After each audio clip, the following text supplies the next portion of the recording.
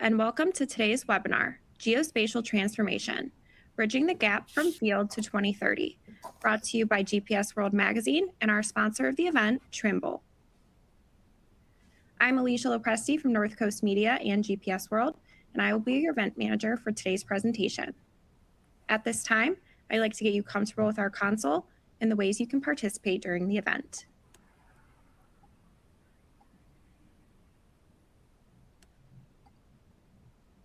Please notice the Q&A panel on the left side of your console. If you have any questions, please type it in the panel's text box and click Submit to place your question in queue. We encourage you to ask and enter any questions you may have for our speakers during the presentation. We will address these questions at the end during the Q&A portion. Questions submitted during the registration have already gone to our speakers and may be covered during the event. If you are experiencing any technical difficulties during today's event, you may use the same Q&A panel on your screen to submit your issue, and our technical support team will personally assist you. At this time, I'll turn the presentation over to our first speaker. Take it away, Michael. Thank you, Alicia. My name is Michael Dix. I'm with Trimble's marketing communication team, and I'm honored to be moderating this panel. These panelists are people that I know and watch in their respective parts of being surveyors, of being industry thought leaders, experts in their fields. So glad to have them all here. The first thing we're going to do is go around and have everyone introduce themselves, share a little bit about who you are. And I also would like you to share what you're most excited about today in the geospatial industry. So Farah, let's kick it off with you.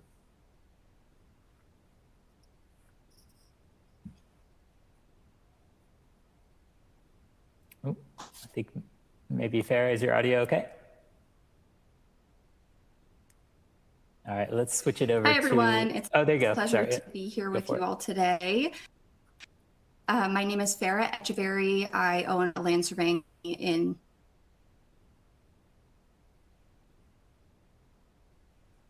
Yeah, looks okay on my end. Let me...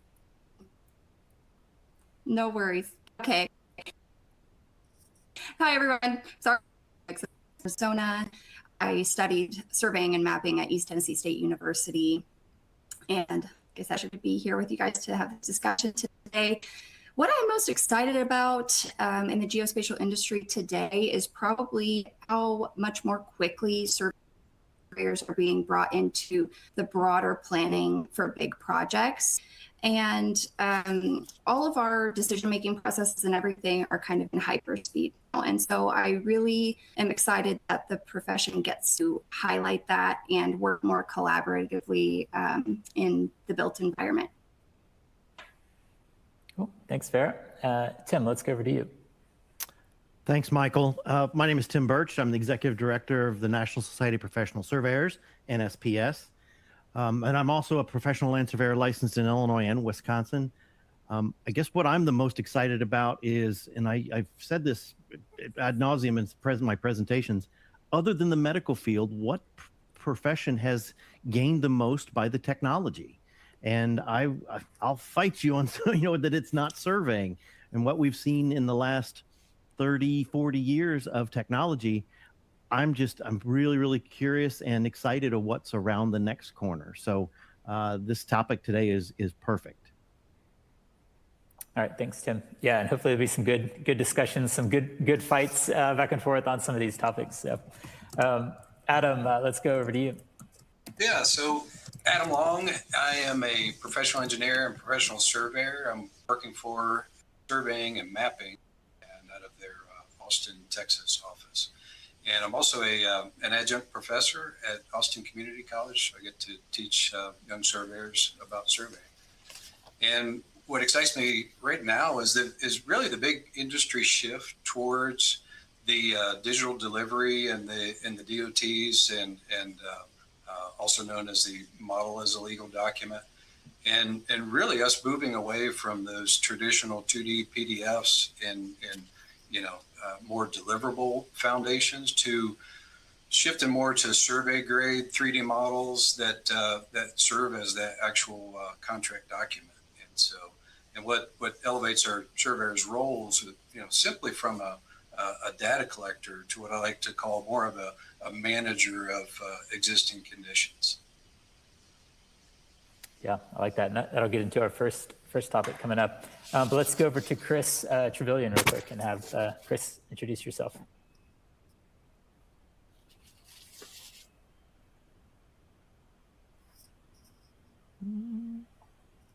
Chris, I think you might be on mute or trying to log back in. So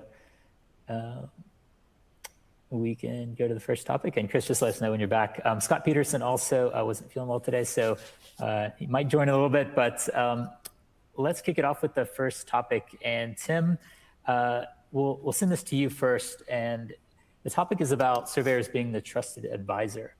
And the question is, where do you see that surveyors are really strong as being the trusted advisor today? And then are there still some areas that you think we need to protect and make sure that surveyors remain the trusted advisor? So go for that one, Tim.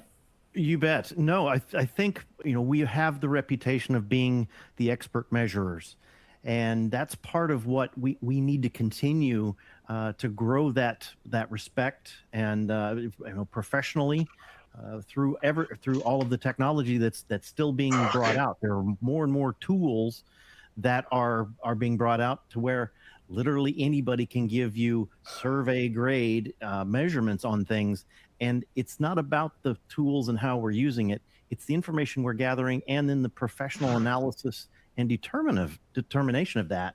So I think that's part of what we need to continue to work with all of our sister professions on how we go about measuring things, how do we go about determining various situations, boundaries, topographic situations, all of those things, and how we use the tools to provide a professional opinion on what's going on. So yes, just because you can go out and buy a Ferrari and go 200 mile an hour, that doesn't mean you're capable of driving 200 mile an hour.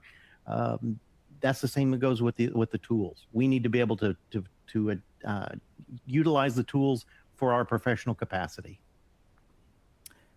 Yeah, no, I like that. I think understand that trend you said where there was this time where like measurement got so easy to do for anyone, and you kind of give these tools to anyone, and that opened up some of the survey tasks to a lot of people. But maybe now looking at where we are with some of the high fidelity data, the 3D data, the complexity of the data, and Adam, if you want to chime in as well, does that bring us maybe back into where, you need surveyors because the data is actually really complex. So even though the measurement is maybe a little bit easier, we're dealing with some very complex data sets. So Tim, any thoughts on that? And then we'll go to Adam's thoughts. No, you're exactly right. To the respect that, yes, we were able to collect it faster, more efficiently, and more accurately. But that's just a byproduct of the tool, and being able to still collect all of that data, but then efficiently analyze and know what it means and know how to use it. That's where the professional and the surveying side comes in. Yep. Adam, do you want to chime in on that? Yeah, and absolutely. I talk to my students a lot about the fact that we need our data to be geodetically correct. And so I can see firsthand how the traditional surveying used to be this disconnected checklist of things that we did before design. Now we've got this high fidelity 3D data that's got to be geodetically correct and tied to the earth. Having data that's on a project and a model that's on a project that doesn't tie to the earth does not help anybody. So we've got to have that all tied to the earth. So, all this data has really inverted the timeline. Now we're seeing clients, as Farrah said, more folks are seeing requests at the planning stage of a project. We've got all this additional context. We can now visualize what our existing conditions look like. And then with the tools that are available, Tim was talking about, we now can literally walk to a physical site and using tools, augmented reality tools like what you've got in Trimble Site Vision, and take that model that's of the proposed design that the DOTs have put together and combine those two and actually visualize what what that site can look like, all the way up into the planning stages of things. Really, we've got we can highlight these spatial constraints that might be a challenge, or we know they're going to be a challenge because we can visualize them. It's easy for us to see that rather than just dots on a map. We can see this in the field. Any complex utility clashes, that all can be visualized ahead of even design, for that matter. Yeah, more than just these traditional parts that maybe a surveyor is in. Do you find, Adam, that you're getting calls to almost be consultants in some ways like that because of the technology you use? We are.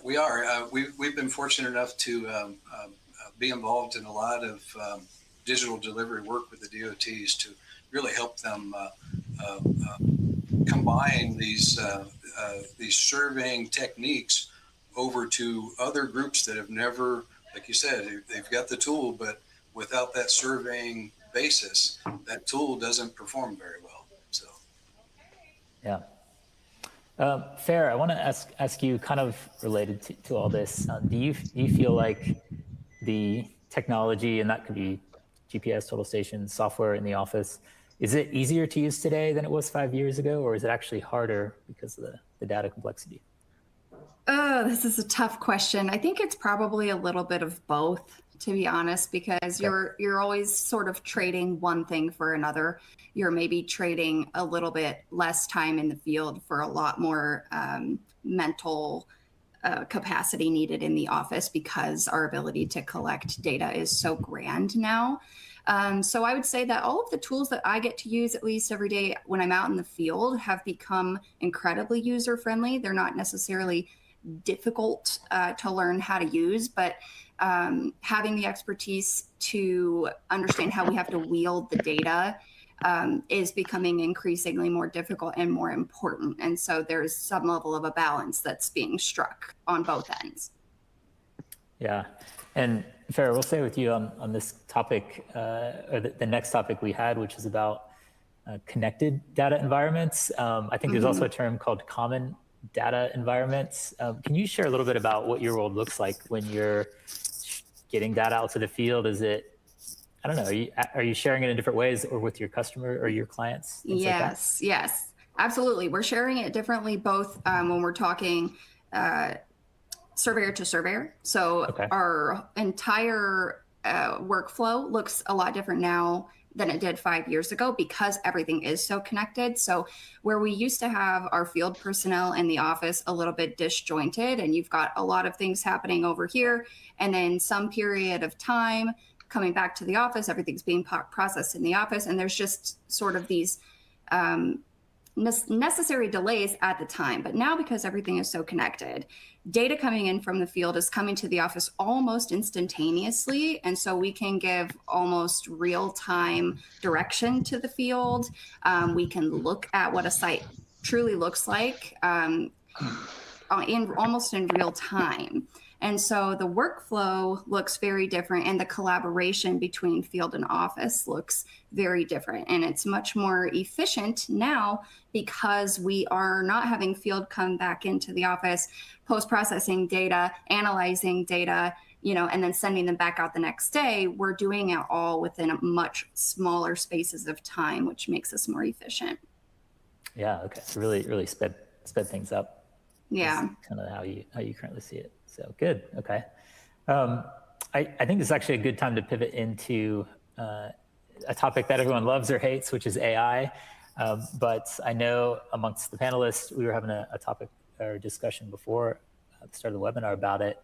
And there were a lot of, I think, important topics to cover for surveyors for the geospatial industry. So I'd like to jump into AI, and I would say, Tim, let's go over to you. Do you feel like AI is helping the geospatial industry right now? I think generally there's a lot of trepidation. We're scared of it, but we're excited about it. So there are several things that I believe that are helping with especially establishing good data, whether it's classifying of LiDAR points and various tools that are being used in a bigger, broader sense. But I think that's part of what the trepidation is going forward, is that are there going to be opportunities to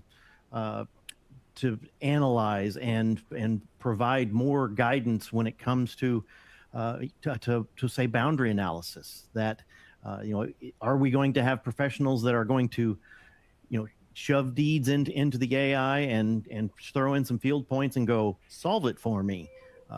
We're hoping not. We're hoping that the professionals are still at the wheel and are actually going to be doing these things. But unfortunately, there's always the possibility there's going to be some bad actors out there that could do that, and it could create problems for the surveyor. So that's one thing that we're looking at down the road, is unlicensed practice of surveying, utilizing some of these tools to be able to do this. But like I said, on the flip side, we're excited about some of the things that it may be able to streamline. No different than processing. I remember the beginnings of data collection and being able to process all of those topo points. I mean, that was fantastic. Rather than plotting them out by hand, I mean, this is only the next step. And so I'm hoping that AI is more of a help than a hindrance. Yeah, it reminds me of that phrase of technology and surveyors, where technology doesn't make a bad surveyor good, but it can make a good surveyor even better. And so hopefully that's what we'll see with AI, is that it's not making anyone a surveyor that can do survey things, but it's hopefully allowing surveyors to do what they do even better. And even back to that trusted advisor role, we need surveyors more than ever, I think, to sort through the complexity of what we have. Tim, one note on just the profession, because you look at the industry in terms of especially the jobs and things like that. Do you feel like AI, are people nervous it will replace their job, or is it back to more of that excitement, like, oh, I think people think they'll be able to do more with it? I think from a field aspect, no. I think it's just going to be tools that are going to allow us to collect data more effectively, more efficiently. I think there's still going to truly need to be boots on the ground doing a lot of this stuff. I mean, yes, we're using drones. Yes, we're using autonomous boats and a few other things, but there's still going to need to be operators doing most of that stuff. I think where some of the fear is going to be the inside technician, and how much can be automated into where what used to be the work of 5 technicians maybe gets down, gets, because of automation, because of AI, gets down to 1. I don't see that happening just yet. We're still not a profession that it's just, it's one thing to punch a button and shoot distances and collect angles or collect a position, but it's another thing to really do analysis and really make sure that the data that's collected is correct. And that, as much as the professionals got to sign off on that, there has to be still some responsibility with the technician in putting all of that data together, that when that person's done with that, there has to be some responsibility and accountability for that. And just to say, oh, well, I let AI do it, that's not going to cut it when it comes to professional surveying. Right. And yeah, fair. Michael, can you hear me? Oh, hey, Chris. Yeah, we do got you in now. Yeah. Cool. Yeah. Can I just add one thing on to? Yeah, sure. Tim was just saying, there's this thing well known in the industry for Jevons paradox, right? And I think instead of rather than saying we're going to reduce the number of people we have maybe in the office as the technicians at this point from 5 to 1, you're actually going to keep your 5 technicians. You're just going to 5x the throughput that they can do, right? One of the consistent themes we hear a lot is that there's not enough people. We can't find enough people to do the work, but you're going to keep your people. You're just going to make everybody a little bit more effective. So you might remove some of the task, the mundane kind of parts of the drafting task or the validation task or the monitoring task. You're going to replace some of the mundane there, but you're going to be able to increase the throughput, which means you're going to be able to handle more jobs and more customers and actually increase the efficiency, hopefully, of our industry in totality. And I think that's really what excites me most about leveraging AI. It's not the fact that it's replacing the human in the loop, but it's empowering the human in the loop to get more done and to provide more geospatial excellence for the world abroad. And Chris, I hope you're 100% correct. I would fully embrace that. Unfortunately, you know, that negative side of what we read and what we see is, oh, it's going to eliminate jobs. Mhm. Well, Yeah. but I think, you know, hopefully you're going to be 100% correct. Yeah. Yeah, I know we talked about this briefly before, but I do, for those that listen to the CEO of NVIDIA, who's probably closest to the AI paradigm shift, he does talk about this in the field of radiology quite a bit, where there was a lot of doomerism about AI replacing radiologists. And in fact, the demand on radiology has increased in the last few years because they've become so much more efficient at doing the task of looking through the files, if you will, or looking through their data, and having the person on the end, the radiologist, actually helping with the diagnostics and the really important part of the job, rather than just focusing on the task. So I'm really hopeful that he's right too, because I'm really stealing a lot from Jensen Huang here in his presentations, but I think it is very applicable to our industry. Yeah. Yeah, I think it's a good parallel to kind of see other industries that are going through it, Chris, like you said, and that's a good example of how it can be helpful instead of being a replacement thing. So, Farah, let's go over to you. I know you had some thoughts on this topic about you have been working with AI a little bit. Can you talk about how you use it and things that you might be interested in for your business and for surveying? Yeah, absolutely. I definitely echo what our other presenters have said. In surveying and in geospatial work in its broader context, the decision-making processes for this professional surveyor are critical. And so AI really should be utilized as a tool by us, and that enhances our work rather than something that replaces professionals, which I'm also very optimistic and hopeful that it doesn't do that, and that we maintain professionals and technicians in a similar ratio, probably to what we've had for a long time, which is great. But I have really enjoyed playing with AI, both in business and in surveying. In pretty general capacities at the moment. Obviously, a lot of what we're doing, we're still kind of algorithm based. We're seeing transitions out of this, but I've had a lot of fun putting a plat into an AI platform and asking it to draft me a legal description and running my own checks and balances. Well, how would I have written this legal description? Well, what if I tell AI, hey, model that legal after Waddles? Can it do it? What's it look like? How accurate is it? And so trial and erroring, those kinds of things has been a lot of fun. On the business side, things like scheduling and just being able to be a little bit more efficient in certain areas on the back end has also been fun to play with. So I really think all the way around, if we can just keep sort of eyes on the prize and continue to have the mindset that this is simply another tool in our toolbox, then we can turn away from some of the fear that I think AI has presented to a lot of people and really kind of lean into all of the ways that we can best use it to make us better.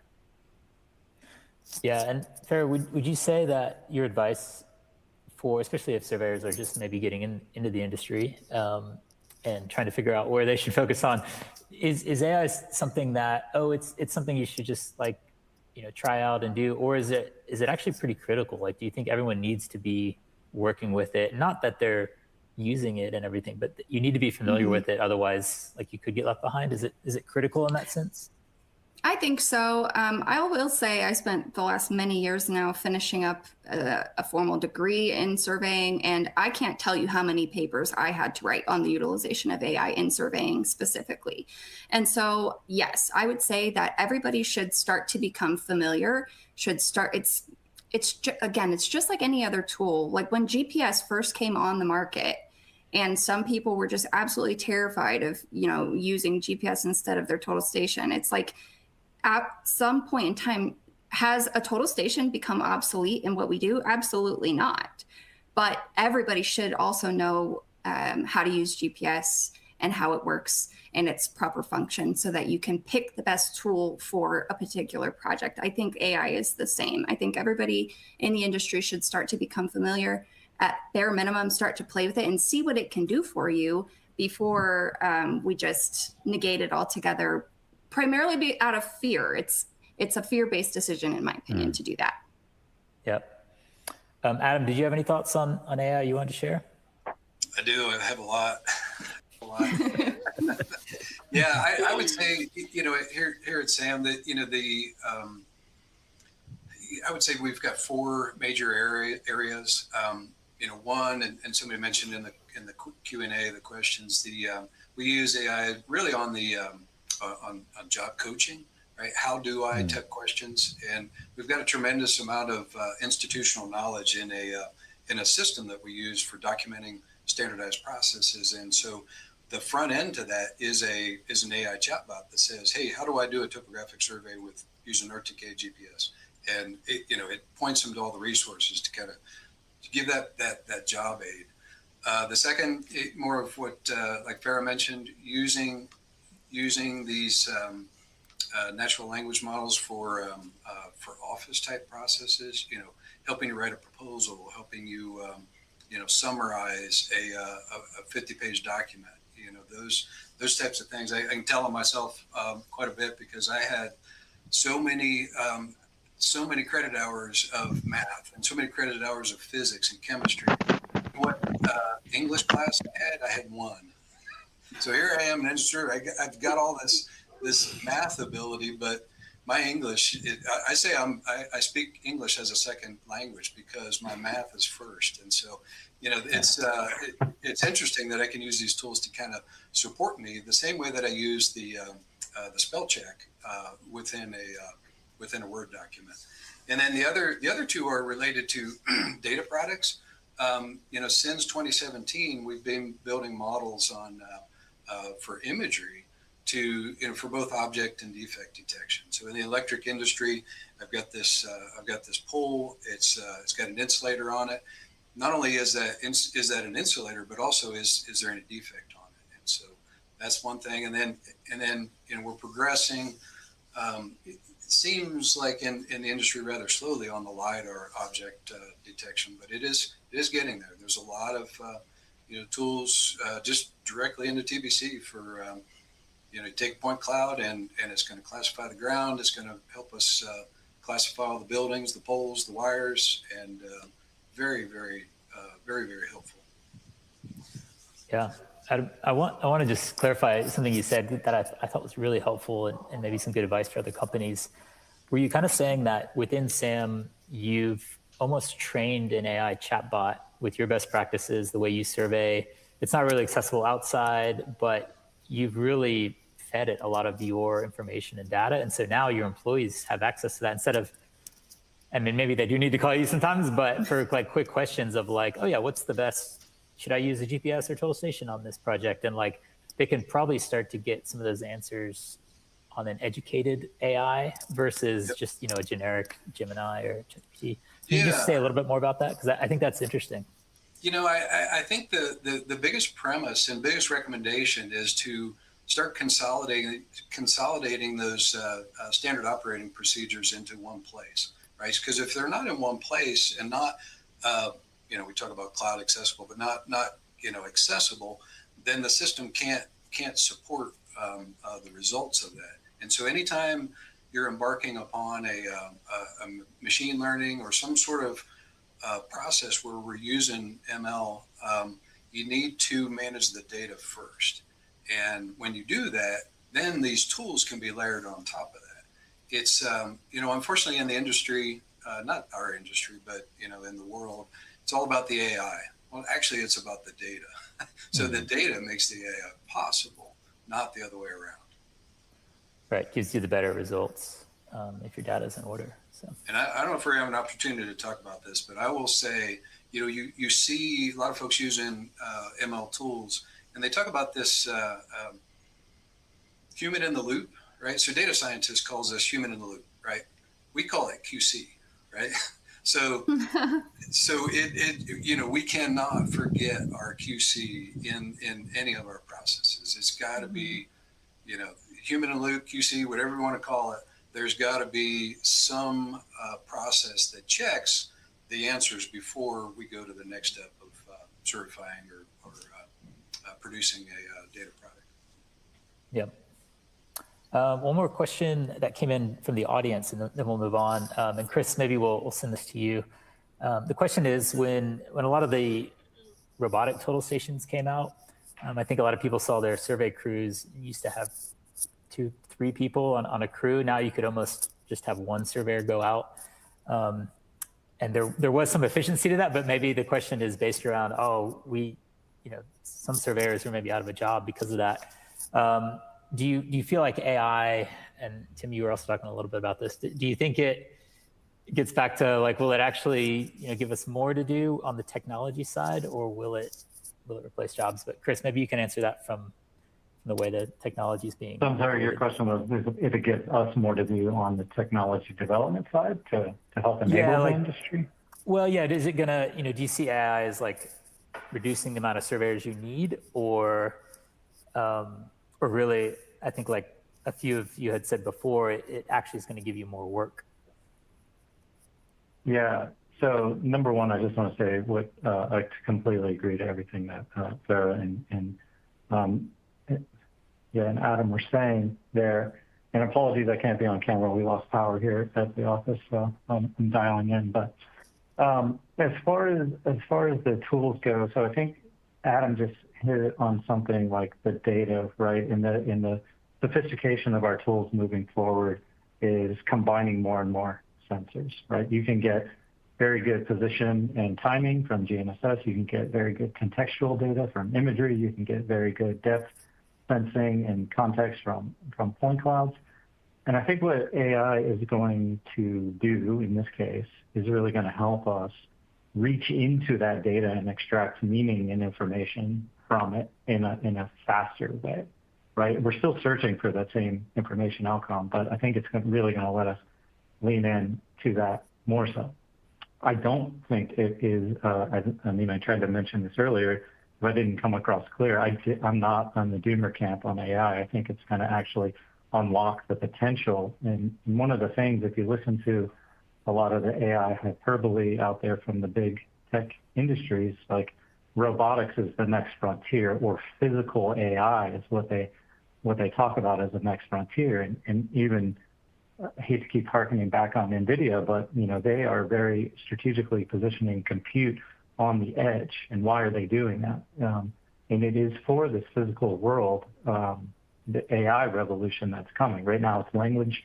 In the future, it's really going to be the world models that are going to be unlocked because of the compute on the edge. And I think that having geospatial understanding, knowledge, the mathematics that Adam talks about, like having that deep domain expertise is going to be more and more sought after as we go into the future, because the world is essentially needing to be mapped completely, right, for what this robotics revolution has store. If you follow the trends and you believe in the hype train, and I tend to, we already don't have enough people to get the jobs done, is what I hear over and over and constantly. And this isn't just North America centric; it's worldwide, as we don't have, or the domain expertise is aging.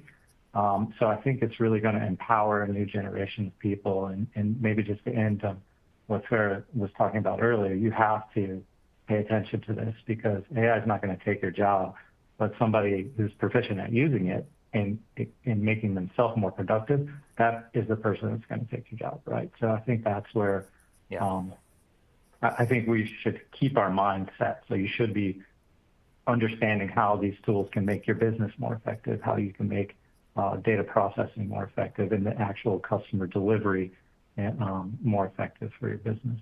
And we are obviously developing tools to extract more information from data as quickly as possible. Adam pointed out that we're doing a lot with machine learning to auto-classify things in TBC from large point clouds, but we're also allowing people to train their own models to extract things that are very specific to their needs. And it does have human in the loop, or the QA, QC talked about, to actually go through and help train your model to extract this information. So I'll stop there. I think that's enough. Can I touch on this question a little bit, Michael? Yeah. Part of the question, I'm looking at it in the chat, says, how do we help bring on new personnel or onboard new personnel rather than reducing staff?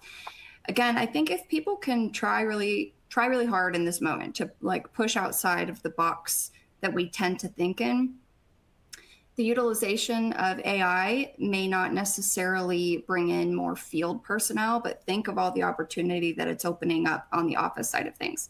So somebody else that's well-versed in AI that maybe has never done a whole lot in surveying has an in here. And much like both Adam and Chris have just said, and also to touch on the other question in the chat here about training future surveyors, we've had that same problem for a long, long time. It's not specific to new tools per se, although I can, appreciate, yes, the introduction of a robotic total station did probably have a direct impact on our crew numbers. But I do think that if we should change our perspective and think about all of the other kind of diversity that we can bring into the industry with the utilization of AI and similar types of tools. In surveying, of course, we find it very, very important to, we're following in footsteps of the original surveyor. Our field expertise is incredibly important, but it's not to negate the uprising of importance in our office staff and how they're processing these massive amounts of data. We're just working on in such a different capacity than we were even 5-10 years ago. So I think that it's actually giving us an opportunity to bring more people into the industry that otherwise would not be interested. Yeah, so it's made some of the That's a great point. more efficient, but the office you feel like is really increased in demand and need. Mm-hmm. So it's shifted that. And that is a great segue, Farah, into one of the other topics we wanted to cover, which is how do people stay educated, get educated? So maybe just can you touch quickly on, do you feel like with, at least in the US, as your backdrop, do we have a pretty good education system in school, on the job training, other industry stuff? Do you feel like that's pretty good here, or are there gaps that you think we have? I definitely think it's getting better, but I certainly do find that there are lots of gaps. I'll echo again what the person in the chat here was commenting on. How do we train one-person crews? We have a mentorship problem, and we've had that problem for a long time. And there is a lot of truth to this idea that how do you pass along the very specific field expertise that you need to be able to do this job if you're sending a one-man GPS guy out and he's the one conducting all of the field work.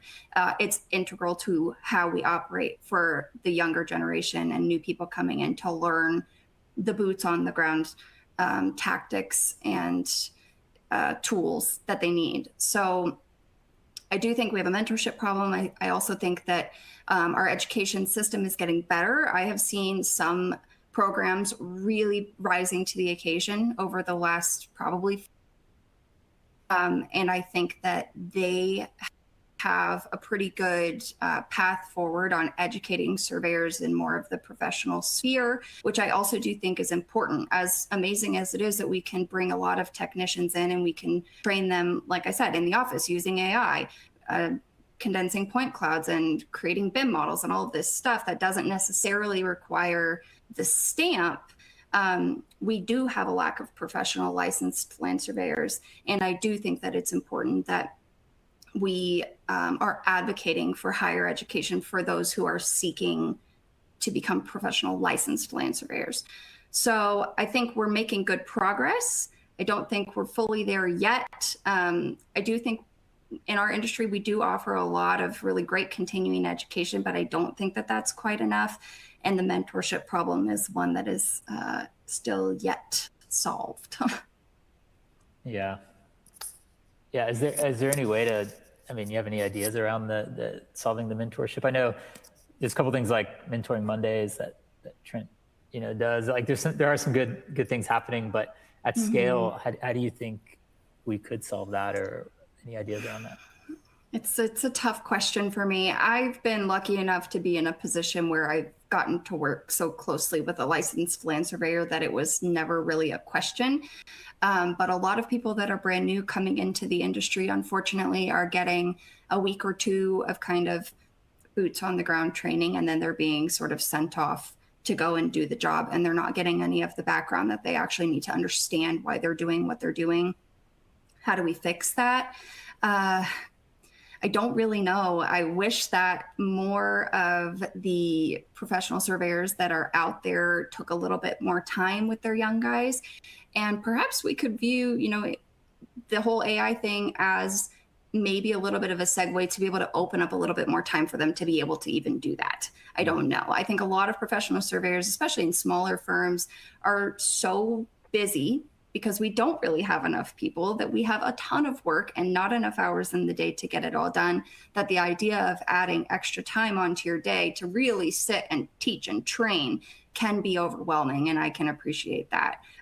But it is necessary. And so how can we better utilize our time on the professional side of things to be able to maybe give some other office personnel tasks that we traditionally have done, that we have new tools to be able to accomplish, so that more of that time can be spent dedicated to training up new land surveyors. Yeah, I like that, Farah. It's almost like a shift in mindset, because when you had these 3-person crews, you didn't have to set aside so much special time, because you were always beside each other, and you were watching, and like it was always mentoring in a way. And now you're kind of saying, well, some of these tools actually free us up for some time. You've got an afternoon on a Friday that if you want to, you can build that out and say, we're all going to go out and tackle this topo on Friday afternoon, and over put too many people on it, but like we have time for that because some of the savings. So I will say too, Farah, that I think some of the great things that you are doing on social media, and a lot of the other people that I see on social media that are surveyors, there's a lot of knowledge transfer there. There's a lot of like wild stuff on social media for sure, but like there's so many good things about people sharing, or even asking a question like, hey, I really don't know how to do this, and people just jumping in and sharing their approach to everything about surveying. And so I think you're a great steward of that.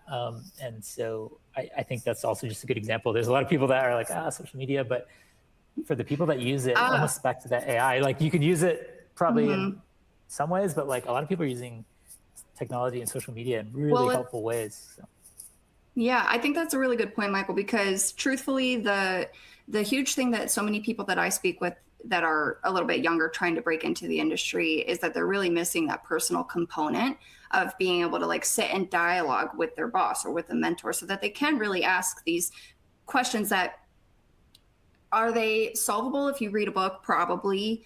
But there really isn't anything that can replace that interpersonal connection that really does help with that transfer of knowledge. Like you're going to almost always get more from somebody who has an intense understanding on their own talking to you, rather than trying to gather all of that information in a practical sense and a practical application in a book.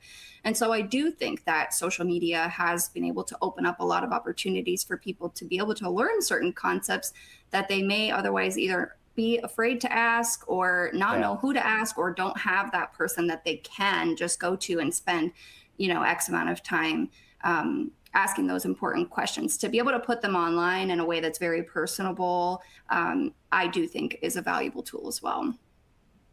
Yeah, that sounds good. Tim, do you have any thoughts on just the education mentoring gap that you want to share? Yeah, well, to be honest with you, the surveying profession, well, we've had a chip on our shoulder for generations, and unfortunately, with technology coming in, and I hate when people use the term perfect storm, but that's really where we're at right now. There's so much work to be done. There is such a backlog, in most places, a backlog of work.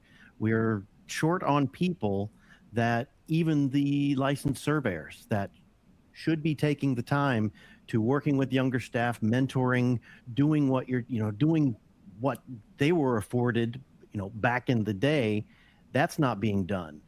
And then you couple that with, and this is not a slight on the younger generations, they're more respectful of their time.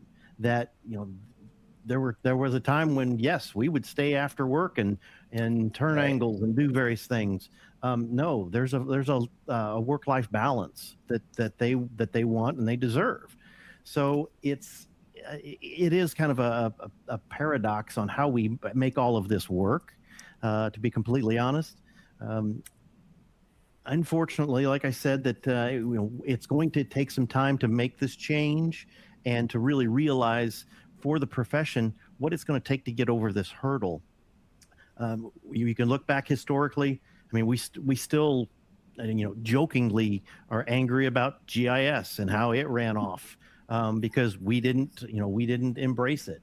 Well, unfortunately, I think that's part of what we're facing here. Is it is new technology coming in. It's a new generation coming in, wanting to do it differently because you can do it differently than the way we've always done it.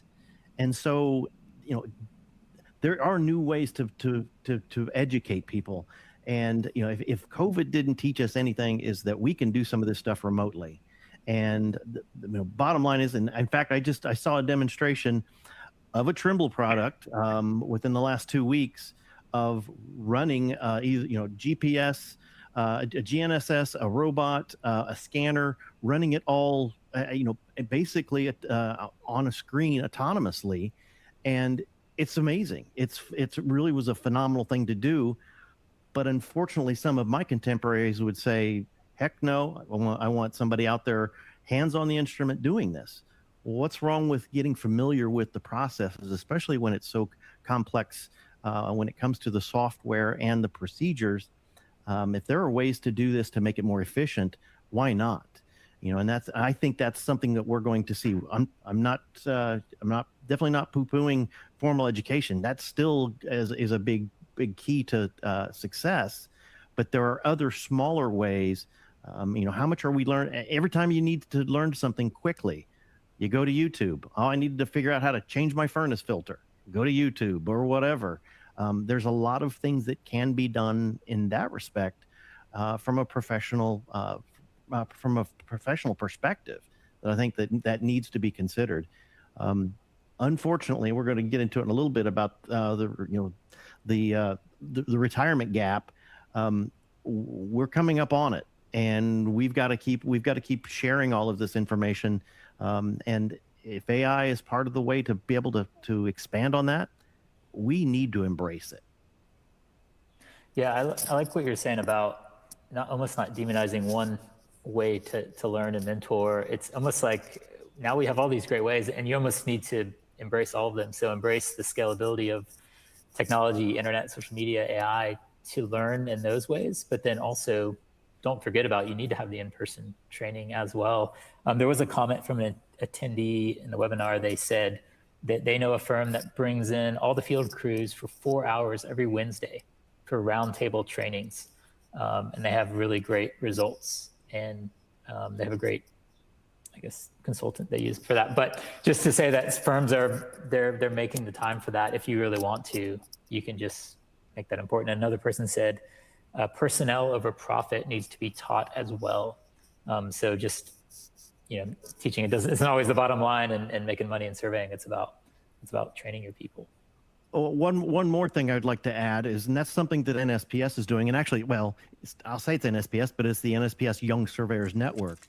Last year, they implemented a program, a mentor-mentee program, and they had 50 pairs of mentor-mentees, and the program went really, really great. I mean, it connected people, similar location, similar time zones, similar wants and needs, but it really came off very well.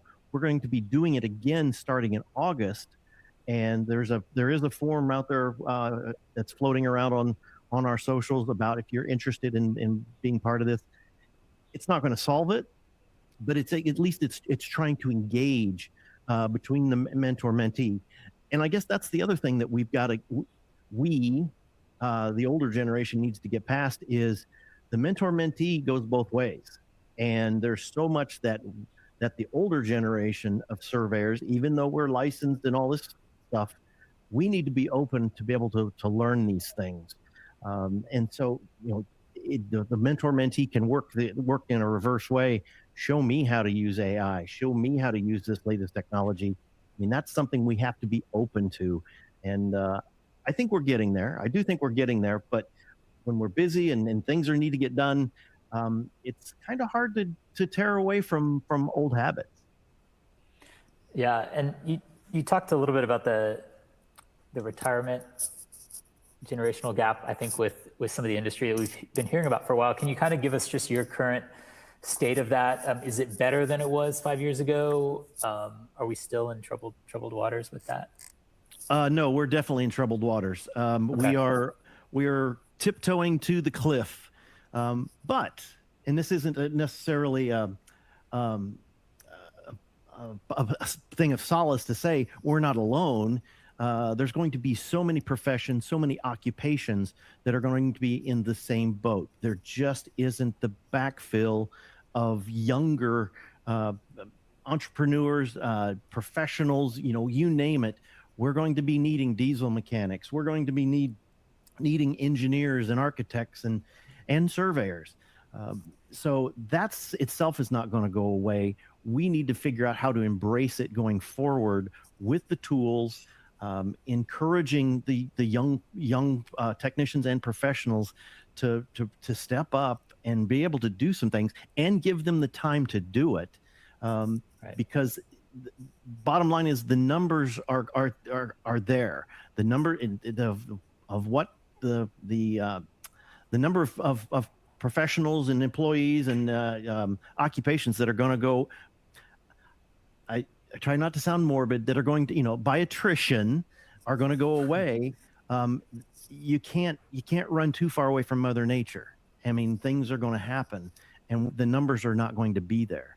We need to figure out how to better prepare ourselves. And one thing that we're working on here at NSPS, and this is, while it's kind of hard for some of the people that have been around for a while, it's like, well, how do we convince the young people to follow our ways? No, we need to figure out how to meet in the middle, because if we just leave it the way it's always been, it's going to be a problem.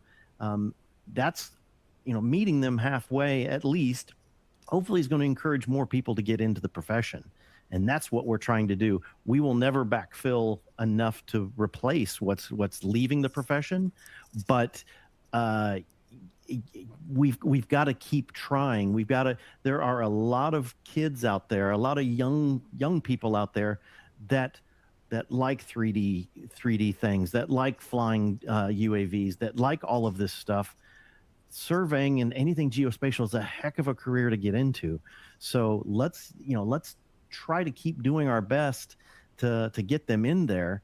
And like I said, I was licensed by experience, and if I had it all to do over again, wouldn't do it that way. It does come down to a formal education, but let's get some of those students out of high school that are not quite ready to just go sit in a 4-year program.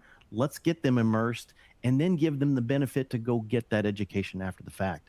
That will help us, I think, more than just college, and trying to develop talent that way. Yeah, I like that, and I think it's just a good call too to reach out to, if you're in the United States, reach out to you and NSPS, because you are a bit of a hub for connecting people. So it's not just that you need to have all the answers, Tim, but like you can connect people with different resources, and whatever country you're in, making sure you stay up to date with your local industry groups is important, because a lot of that natural connections and relationships happen through that. So we're coming down to the end of the webinar. We've tried to incorporate as many of the questions in as they come in. So thank you, Alicia and Anne-Marie, behind the scenes for feeding those to us. The last question I want to close out, we'll do a quick roundtable, is what you're looking forward to in the future. So maybe the next 5 years, looking to 2030. What are you most excited about? Farah, let's go with you. It's crazy to think that we're quickly approaching 2030. Yeah. I think that there's so many things to be excited about.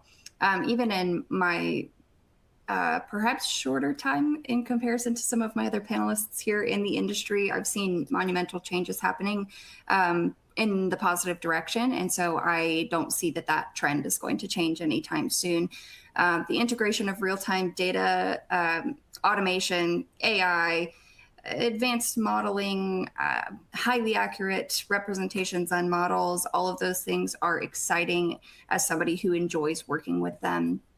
And so, of course, in a practical sense, those are the kinds of things I'm excited about. I'm excited about all of the advocacy that I've seen over the last couple of years, and that is continuing to increase. People understand the importance of kind of sharing a little bit more intently about what we do in an attempt to get more people involved so that we don't see some of those stagnant or declining numbers that do cause a lot of fear. But truthfully, I see a lot of positivity moving forward, and a lot of people, at least in my sphere, that perhaps would otherwise have never thought to get into surveying or anything in the geospatial realm are seeking that out. They're going back to college. They're learning new skills in data capture and 3D modeling. And so all of those things are very exciting to me.